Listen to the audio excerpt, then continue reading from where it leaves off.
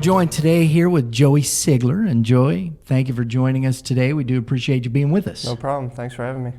Got to ask the first question of the whole thing here. What high school did you go to? I went to Fort Dumont North High School, home of the Panthers. Home of the Panthers. Yes, it is.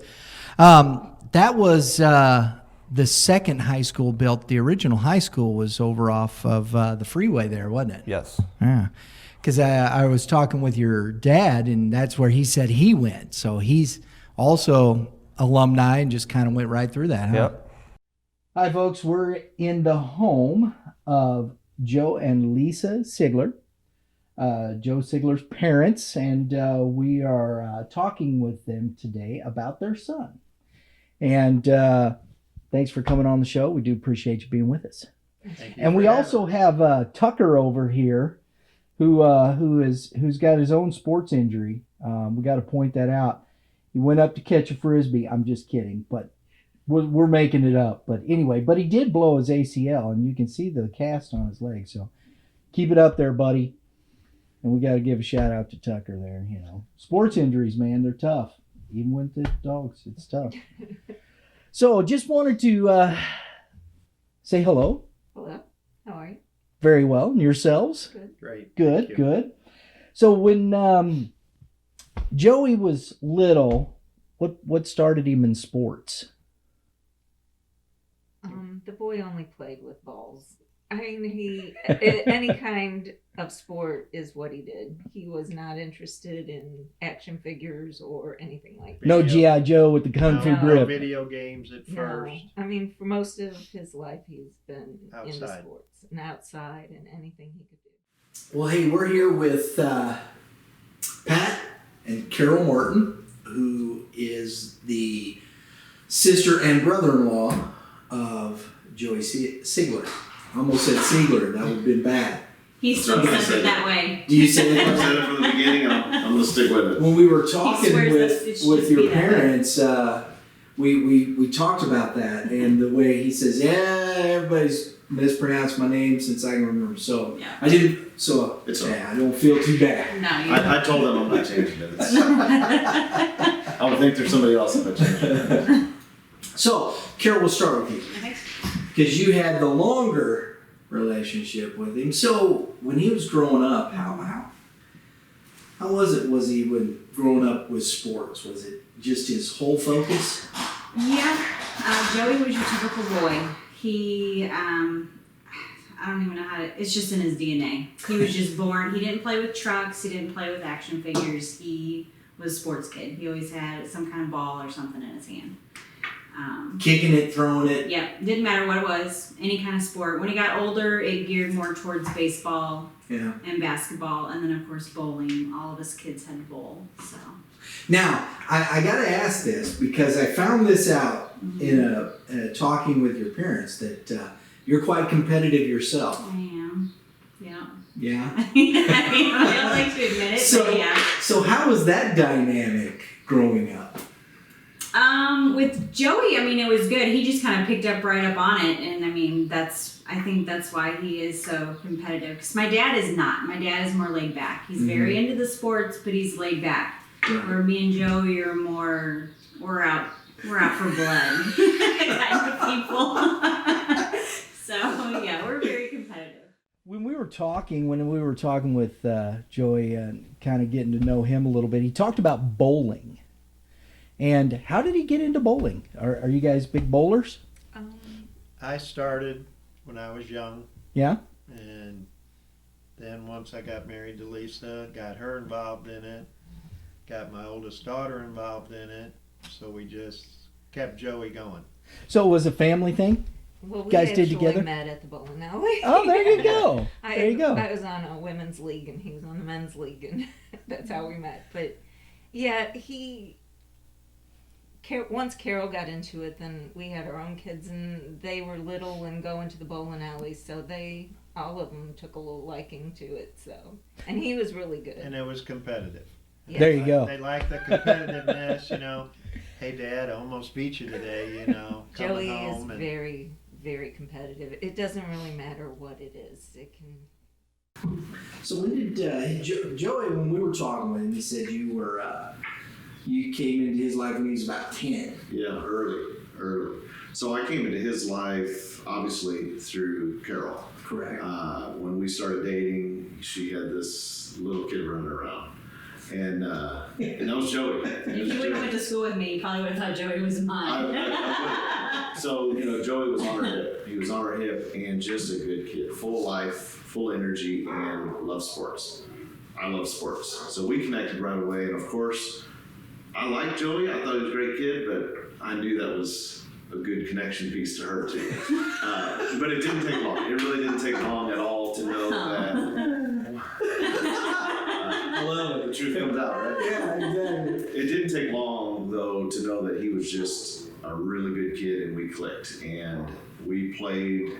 He liked sports. So we'd play sports. I would, help him play. We'd play. Next thing you know, I'm like, hey, this kid's pretty good.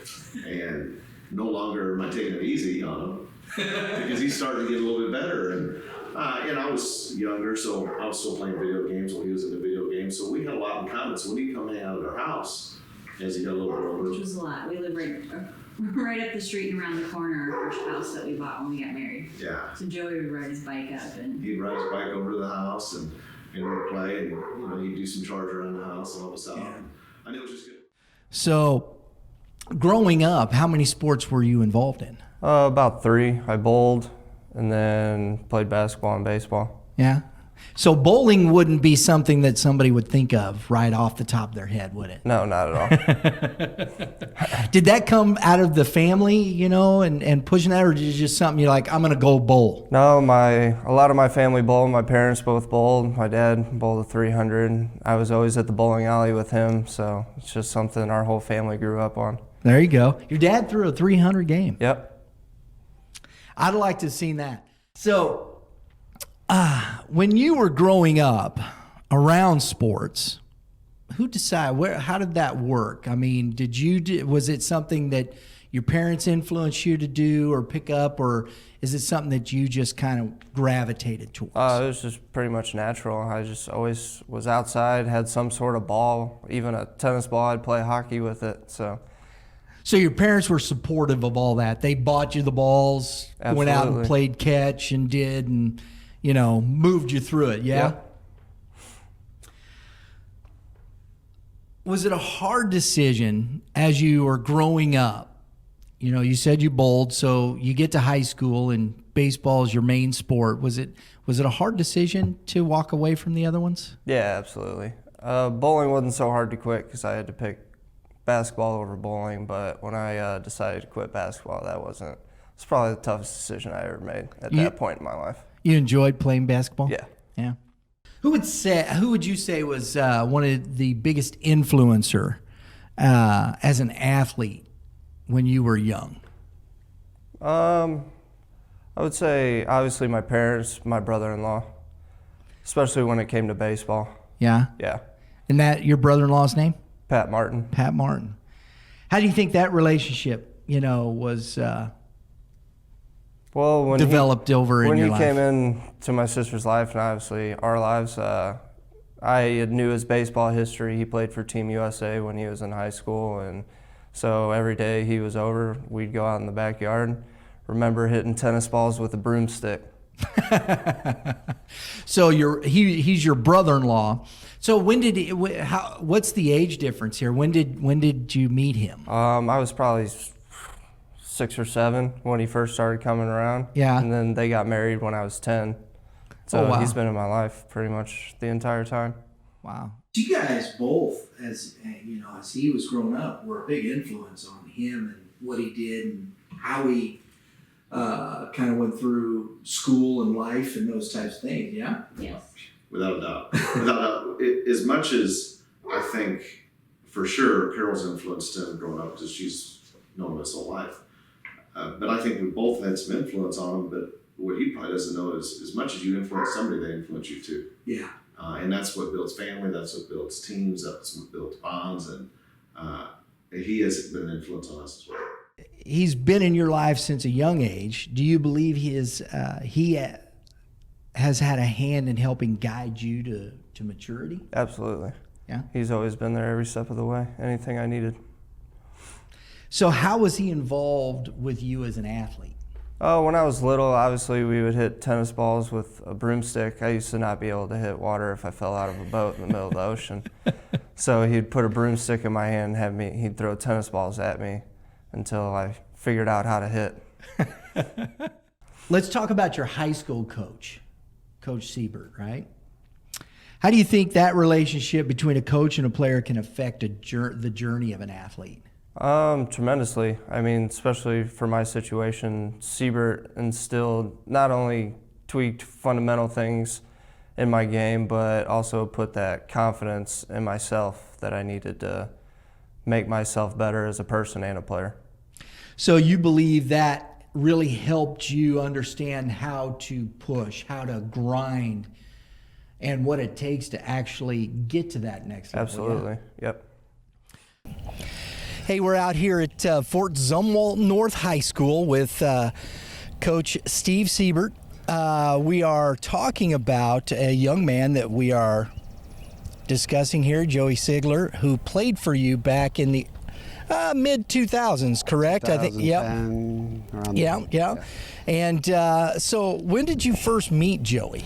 I don't know when we actually first laid eyes on each other, but I first got to know Joey as a JV coach here, and Joey was working his way up. I think I had him a little bit at freshman year and the sophomore year. Him and some of his buddies were moving up to varsity too, but luckily he kind of wanted to stick with me, and we got to know each other. So, from a young age, you knew you loved sports, right? But when would you say that passion turned into determination? I would say about after my sophomore year. My first year after I had Coach Siebert, it really kind of started sinking in with me that that's what I wanted to do at the next level. So how do you think that determination, do you think that is something that's normal within the scope of all young people? Not all young people. I would say when you have to hit a certain age to determine what you want. Right. And then that turns into determination. How many of your teammates you think really, I mean, I'm not trying to call anybody out, it's not, but really felt you saw that same determination? I had a good handful of them. Yeah. Yeah, we had a good group of guys that all wanted the same goal for each other. And that's what it takes, doesn't it? Yep.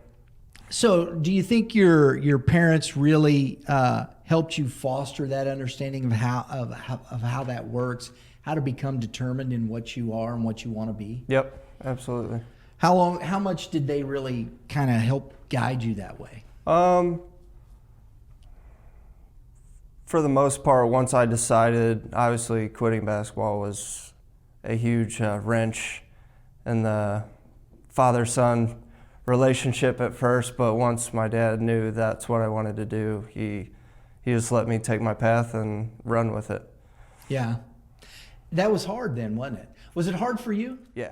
Yeah, I can remember when he quit, but probably when baseball started and he had to be focused on something else. Well, let's talk about that. So what really pushed him? I mean, he was doing other sports, right? The bowling, there was basketball and yes. whatnot. So what really pushed him just to focus on baseball, you think? Well, I think mainly in high school, he played basketball, played baseball, and then things happened in basketball that changed his mind a little bit. Yeah. But then he just kept on saying, I'm going to focus on baseball. Basketball's not going to get me a scholarship. I want to focus on baseball, and that's what he did the last 4 years of high school. Now, He made that choice. He made that decision? He the made choice. the decision to focus just on baseball. How'd you guys help him with that decision? What was the process there? We really didn't. No? He has a mind of his own. I'll be really honest with you. We were really Disappointed when he quit basketball because I thought he could do both. He was very good at basketball. I mean, his freshman year, he was lead scorer and lead assist. I mean, he was awesome. Well, he's got the height. He's what, Yes. 6'3", 6'4" almost? But he was Yeah. only maybe 6 foot in high school, Yeah, and then he kind of started He's blossoming still- the last couple yeah. of years. right, you know, right. But I mean, he could shoot the ball, he could run.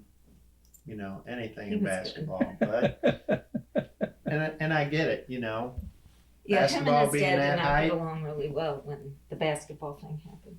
So did that? Oh, well, that's okay. I understand. There's always, and that's the tough thing. As you see your children making decisions, and you try and help them It's through hard. those decisions, isn't It's it? hard when they really know what they want and you think you want something else for them. But he made the decision and he stuck with it, and he poured himself into baseball, and his pitching was his senior year in high school. He had the year of his life. Yeah. I mean, Yeah. he was awesome. He batted almost 500. I mean, he was his pitching was phenomenal. So, athletics, he gets into high school, and we were talking about basketball and baseball. He was playing both sports. Tell me a little bit about that dynamic. How you saw that. How do you think you could have helped him maybe go toward basketball a little more, or do you think that was something he just was? That we tried. He was a basketball lover. I think he, as well as getting a scholarship for baseball, he could have gotten a scholarship for basketball. Mm-hmm.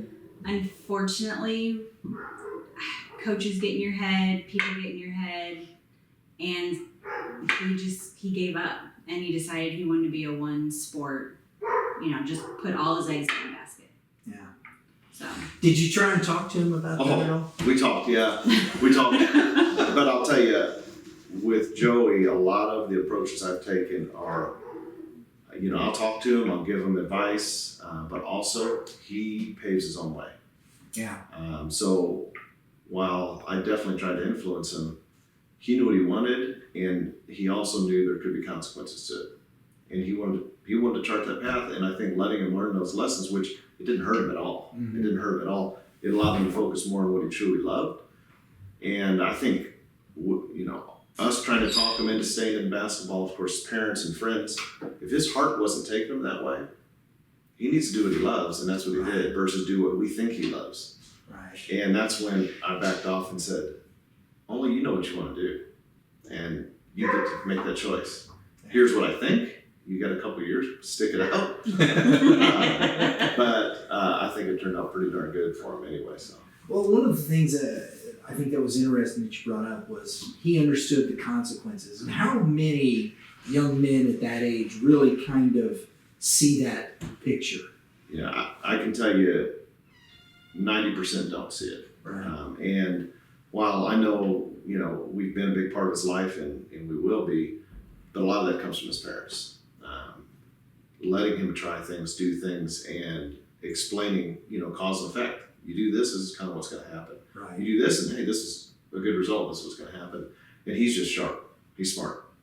Street smart, book smart. He's got both sides of it. So for him, he's a natural. So what was your first impression? Joey's hard to miss. But I mean, really, with Joey, what he had that everybody else didn't have, you could just see it the way he carried himself day to day. But Joey was, he's very competitive. Yeah. And he's very determined.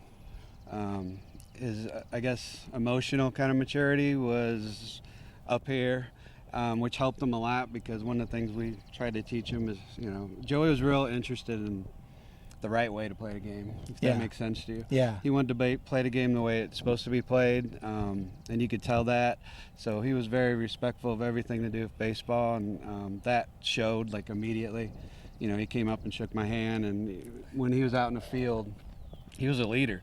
I mean, just crossing the line, people start looking at him for leadership. So I guess all those things, when I started seeing, I said, this kid's different. After you made the decision to put that work in, right? How much did you see the involvement of the community in your high school and the kids around you? How much was that a part of that? Well, once I started, working on my game every day to where it became my routine, you could see just in our team, we were getting better and more people were coming out, and they could see. And when you see all the fans out there, you're like, we're on the right track. We're doing something right here. Joey also worked really hard, so we spent a lot of hours out here just, together working on something. He picked things up fast. He's got some talent, so that all kind of went into it, but really his determination, hard work, he was with me a lot. It's amazing to see a community rally around a school, isn't it? It's a good feeling. What kind of effect did that have on you at that time? What did you see of that as a young person? It definitely kept me hungry when I started to see all, like you said, all the fans coming out and everything. It just made me want to work even harder. So let me talk about, let's fast forward here. Your junior year, your senior year. Let's talk about your junior year first. Did you struggle in your junior year, or was it a good year? I struggled a little bit at the plate. Yeah. Pitching was good, and then I hurt my non-throwing shoulder and was hung up for about half the year. So that transition from your junior year to your senior year, what do you think made the difference? Because let's talk about that senior year. You had a really good year, didn't you? Yeah. So my junior year, when we won districts, obviously we had a handful of guys in the class ahead of me that were going to play either D1 or D2 ball. So I had a good group of guys to look up to. And so when they left, I knew what it took to win a district championship because we had just done it with them. So all the hard work just amped up. How many, you didn't lose a lot of games pitching, did you? No, I never lost a game until my senior year, and I lost 2 my senior year. That's kind of tough to swallow, wasn't it? Yeah, it was. Was that because of pressure, or do you think it was just the fact that they were better? It was just part of the game. Part of the game. There you go. So you didn't think the pressure got to you at all, and just kind of trying to lead and take the team to that level? Not at all. I thought it was fun going out there knowing you haven't lost a game. There's not a lot of people that have that mindset, is Nope. there? So do you think that comes from that determination you built in yourself? a little bit Absolutely. there? And the confidence Coach Siebert put in me, I've always, even my middle school traveling team coach always put a bulldog mentality in me when I was on the mound. Coming into his senior year, what kind of impact did he have on his teammates and the team as you guys went forward? Yeah, it's a good question. Joey had with his peers, like I said, when he stepped on the field, he was kind of in charge, without anybody saying you're in charge. And this is usually the way when we have good leaders, they just kind of come to the top. So we usually just kind of use those kids. They know each other and they know who's going to do what. So impact on the team, we used to love to give Joey the ball. When it was, regardless of how he's going to pitch, we loved his presence out in that field. And so did you saw it in the players. They trusted him. Joey trusted them. They knew Joey was going to compete, right? Right. They knew he was going to keep his cool. Right. I think that's one thing we kind of helped him with probably over the years. He's, like I said, he was mature emotionally more than a lot of the kids, but he was very competitive too. Mm-hmm. So that competitiveness and those emotions could either be destructive, kind of tear your team apart, and I've seen that plenty, and that's the norm probably, as opposed to what Joey was. Joey kind of harnessed that emotion and used it to his advantage. When you have a kid like that determination really does filter into the rest of the players, doesn't it? It's the confidence, the determination, and like I said, the faith, the trust that it's going to work out. If you guys could do it together. That's something that, sometimes they don't make those jumps. Yeah. But like I said, when Joey went out there, people trusted him and he trusted them in return. My dad used to say, the team that wins out there is the team that's the most relaxed. And it was true. Not that you're going to be lazy out there. He meant you can be confident, concentrate, relax. Yeah. That's hard to do. When things get, the situation gets revved up, it's hard to be the one out there concentrating, relaxing, but that's the key to baseball. Yeah. The higher you go, the more you learn that if you're not relaxed, it's by you. You're going to miss it. So you got to be relaxed and focused. Joey probably had, more than your average player at that age, just because of how we mature. Joey probably had more concentration and focus than a lot of kids, and they saw that too. Yeah. And I think that kind of relaxed them, and they kind of followed suit. You graduate high school. Process of recruiting. Where was that at in your senior year? I had mainly a couple NAIA schools that I was talking to and had some offers from. I had a scholarship offer from John Woods Community College, and that's where I ended up signing. And then I got the offer I wanted from Lindenwood, so then up and left John Woods before the season started. So let's back up here a minute. So there's a pretty good story right in there, isn't there? Because Lindenwood's close. Right. He fought hard to get into Lindenwood. Yeah. And he did that all on his own because he was at, what was the name of that school in Quincy? John Wood. John Woods. John Woods Community he was there. College. We had him set up in a little house, moved in, and he didn't want to be there. He wanted to be in Lindenwood where his friends were.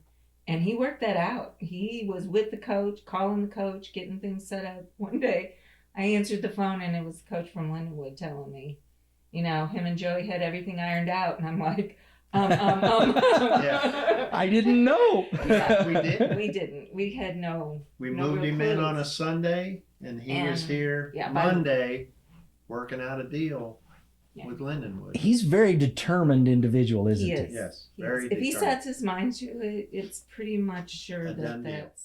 So you sign this letter. You're committed to the JUCO school. You're at John Woods for how many days?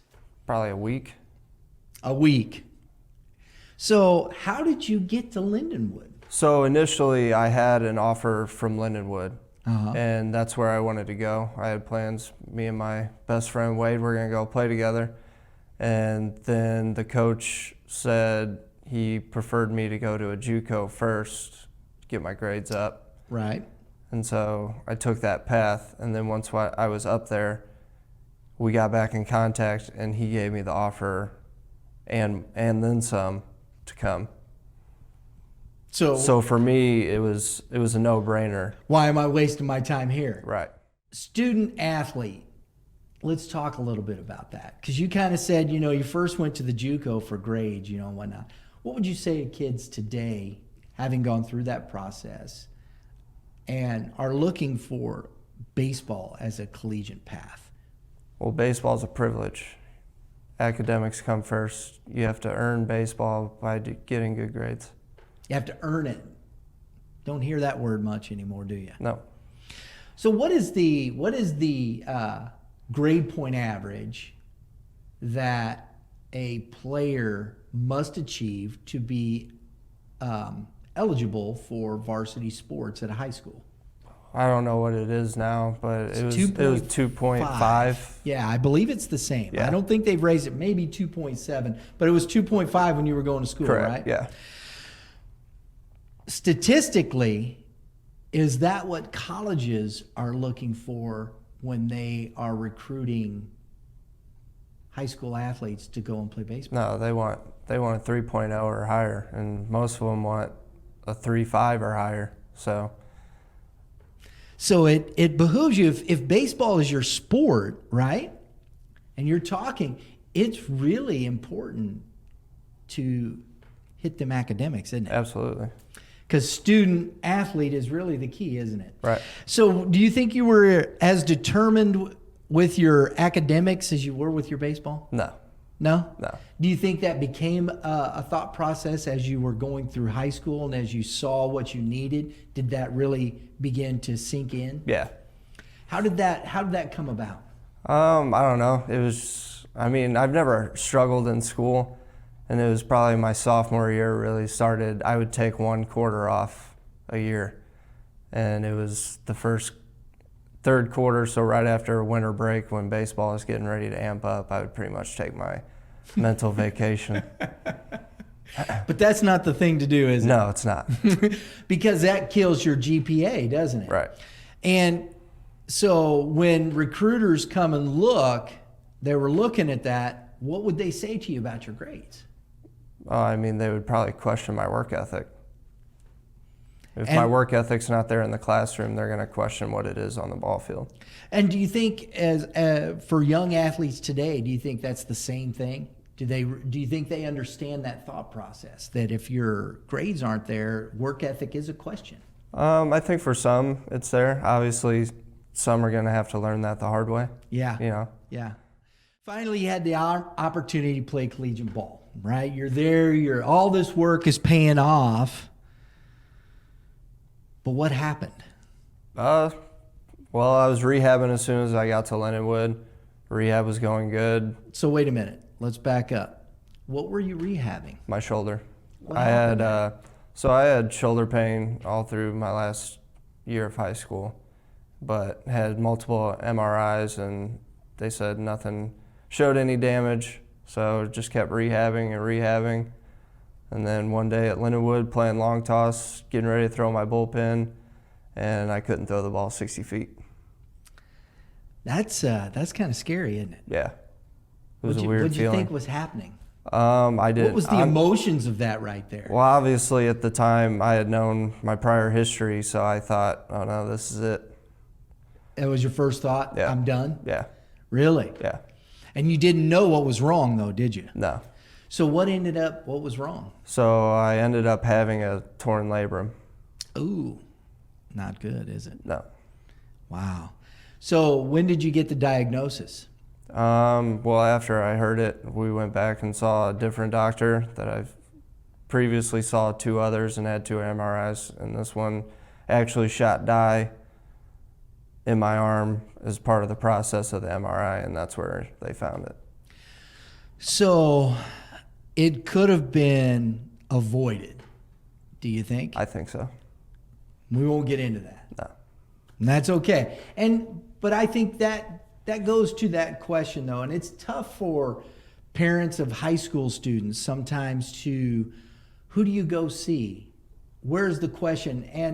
And if you've got some advice having been through this for athletes that are maybe having some issues and whatnot, and they've gone to see a doctor and it's like, we can't find anything, what would you suggest, Joey? I would tell athletes to listen to your body.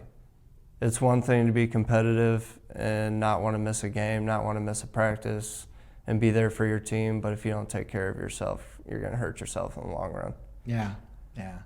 So is there a path that you would have that you would think you would take differently? I mean, sure, hindsight's always 20/20. Right. But going to all these different doctors, how did you end up with the right one? How do you do that? Where does that go? And if you're talking about high school kids and parents that really don't know, how do you find that information? Where do you go? I just listened to my parents. We just tried different doctors from family friends that had suggestions, and that's what we ran with. So here's a 19-year-old kid. You're trying to find your way. It was a pretty dark situation there. I mean, that's pretty devastating. All of a sudden, you just can't play ball. How'd you get through that? Honestly, did your family help you? Oh, absolutely, absolutely. I mean, how was that process? Obviously you don't think about it like, okay, this is it, I'm done. And obviously I told myself I wasn't done, tried to come back multiple times, which, family was always there to, hey, if that's what you want to do, give it a shot. But when the realization was there, they were all willing to help me find something else to fall in love with. Right. I think it's tough when you look at things, and today when we're trying to raise our kids to have character, commitment, and understand the value of community, which is the things we talk about. To see the things that you're talking about here he is. He's not really getting his dream that he wanted with baseball. That kind of finished. He knew it. What do I do now? He didn't fall off the cliff, did he? No. He had a rough patch. I mean, I'd say probably about a year. And no more than that. But he really did. He had a rough patch. But sure. He figured out, okay, I gotta find somewhere else to go and something else to do. Did he seek out your advice? Did he come and talk to you? Oh yeah, he did. And I've played sports my whole life. I've been injured, and it's hard to connect with somebody in the moment that they're injured. And I'll tell you, reflecting back on it, there is no preparing kids or teenagers or adults for an injury. Right. There's preparing them for how to go into a game. There's preparing them for how to take a loss, for how to win. There's not preparing you for that sudden, all of a sudden, everything I love just stopped. There's no preparing for that. If I could have seen it coming, if I would have been able to think before that of the things that I went through, I could have prepared before that, but you can't. And all you can do is talk through what you have to do right now. The game changed. That fight you have on the field changes to the fight to heal. And then you're writing your story. And he has been writing his story the whole time of how he can influence others. One of the girls he's coaching right now on the softball team is injured. He's using his experience to influence her, and immediately she's picked up because she knows there's something beyond this injury. It's not the whole story. It's a piece of the story. So talking through with him a little bit, but part of it is he had to go through it. He just had to go through it. It was a dark time. That was an all-time low for Joey.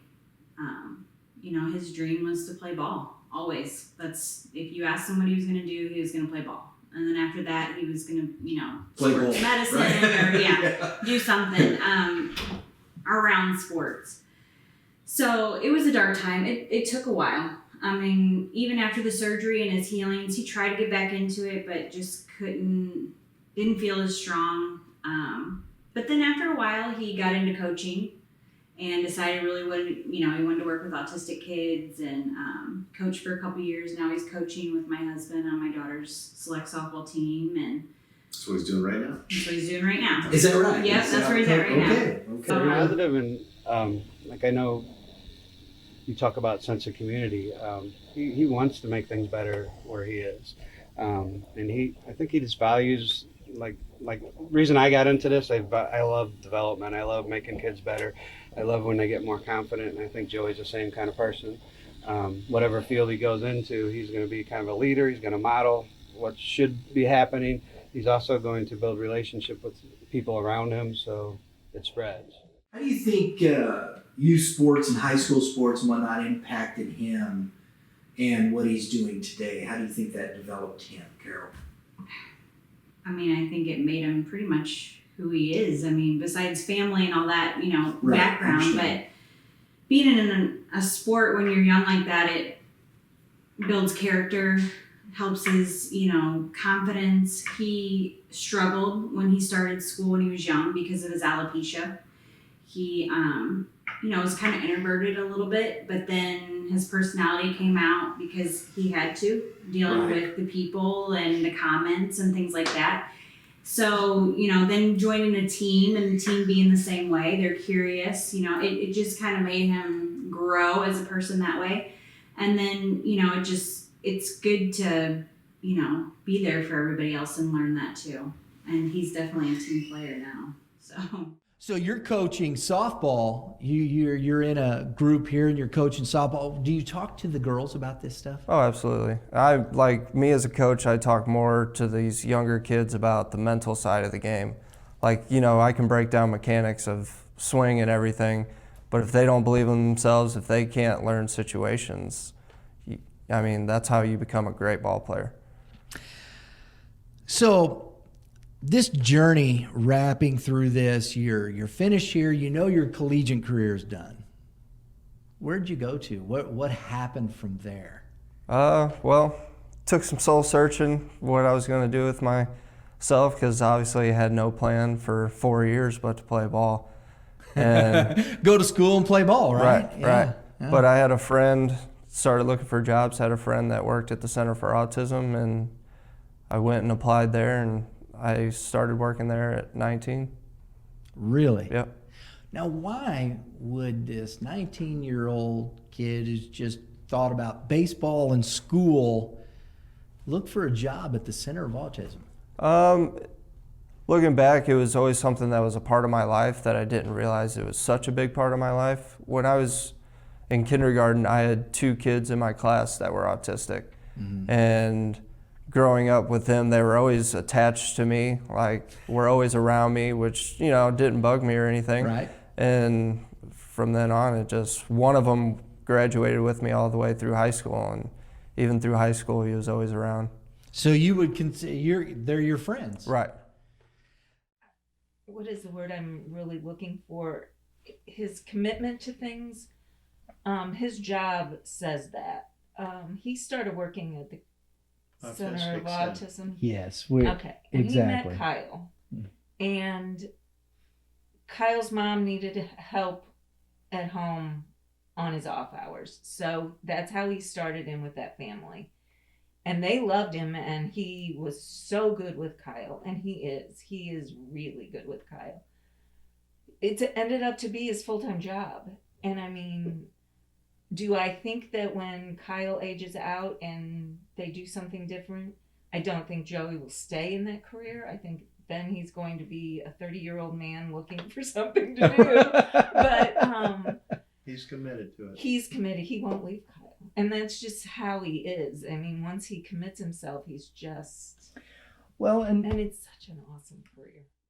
do you think this is something, you never saw yourself working with autistic kids this way? So how long have you been doing that? So I started at the Center for Autism when I was 19, worked there for 4 years, and worked with this same kid for 2 years straight. And then his family asked me to help at their house with him. And I've been with him there since I was 23, so 4 years almost. Wow. So is this something is this something that you see yourself long term, or are you looking into other ventures? I'll look into other ventures. Obviously I know I can't do this job forever. Right. But, it's definitely something that it'll be hard to walk away from, just like baseball was. Yeah. Joey, like I said, Joey's just one of them, and we're lucky enough to have a lot of boys come back. And I think that's the same thing. Joey just loved to teach. He actually was like our unofficial pitching coach one year. But he came back, he worked with other pitchers, just sharing, he's got a wealth of knowledge he built up in a short period of time, letting that knowledge kind of trickle through, you know what I mean? Yeah. I think he enjoyed that, and I think the kids got a lot out of it. And again, wherever he was a leader, so that helped our team by his presence, really. He's always been a passionate person, especially when it comes to children, to kids and young adults. I don't know if that stems from his alopecia and growing up as a kid with a difference and seeing what some of these kids go through and what they deal with on a daily basis. And he wanted to be someone that didn't, just made a difference in their lives. Sure.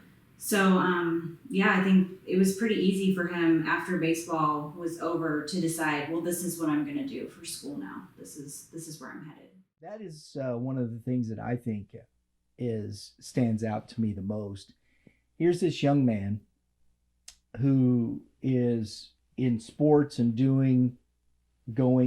he's trying to find his way. What does he do? He starts working with the Center of Autism and finds this place where he's just working with this autistic child. How does that happen? I don't know. We never thought he'd go into that field. Right. Right. Sports was his life. Helping children and everything. I didn't think that was in him, but I'm glad it is. Oh my gosh. He is so good with this boy. I can't even tell you how proud I am of where he is now. And I mean, he just warms my heart. It warms my heart that he fell into that career. Not only that, but it just warms my heart, the man that he's become, not just because of that career, but all the things that roll in. He's a good man. Yeah, without a doubt, when you just think of the word character, it's what you do and nobody's looking. And that's what he does. It's not for what somebody thinks. It's not for what we think at this point in his life. Show. It's because it's the right thing. Because he cares. 100%. So I think just starting with word character, that defines the whole story. So let's talk about this as we finish up here today. You've kind of had this journey of almost a little bit of self-discovery, huh? Learning how to do. Your parents, the influence they had on you, your brother-in-law, your sister, your coach. Tell me, when you look back at all that, how do you see that? How do you talk about those things in your life? I mean, it's crazy. I mean, thinking about it now, like how everything's unfolded, like just shows me you said self-discovery. Like I've discovered, I'm just like my family. I have the same morals. I want the same things, and they've definitely shaped me into that. So that's a foundation, and I think so. Now you're becoming a productive member of the community, right? And when you're growing up, is that something you really think about? No, not at all. But do you believe your parents do? I think so. Absolutely. And so when you're looking at this, let's bring this to bear. Your parents, we don't always look at that and think that they're trying to help us on this journey, do we? No. Every time you get yelled at, you think it's just a yell. But yeah, they definitely have a reason why they're doing it, and us kids just don't understand at that time. I understand now. It's amazing, huh? Sometimes it's too late. Oh, I'm sorry, Mom. Yeah, there's been plenty of apologies. But in talking with you and your parents, your brother-in-law, your sister, you have a tight-knit family, don't you? Absolutely. Wouldn't trade them for the world. There you go. And now it's time, as you look back in the community and all those things, we talk about character, we talk about the commitment, we talk about community. How much of a factor is that in your own life right now? No, I mean, it's huge. I mean, especially now helping out with my niece's softball team, just being around the game and affecting, I'm still in the game in a different way, and I'm still affecting the game in a different way. And now I get to help these kids grow as people too. That's cool, isn't it? Yeah, it's a good feeling. Building those relationships. And seeing the kids grow. Absolutely. So, well, hey, I do appreciate you. I want to thank you for joining us. And, I appreciate you having me. It's been a pleasure, and I've gotten to know you. We've met baseball field, didn't we? Yep. Because Justin was playing ball and I was coaching, and Joe. My first coaching gig. Yeah, it was, wasn't Yep. it? Man, there's a walk down amnesia lane, right? Yeah. And so I've really, off and on here, but I really enjoyed working with you. And at that time, I really thought you were an impressive young man, and I still do. And hopefully we can continue to build our relationship. Absolutely. I appreciate you having me on. I just want to say thank you to everybody out there who's helped me become who I am today. That's awesome. Hey, we'll see you on the ball diamond, right? Sounds good.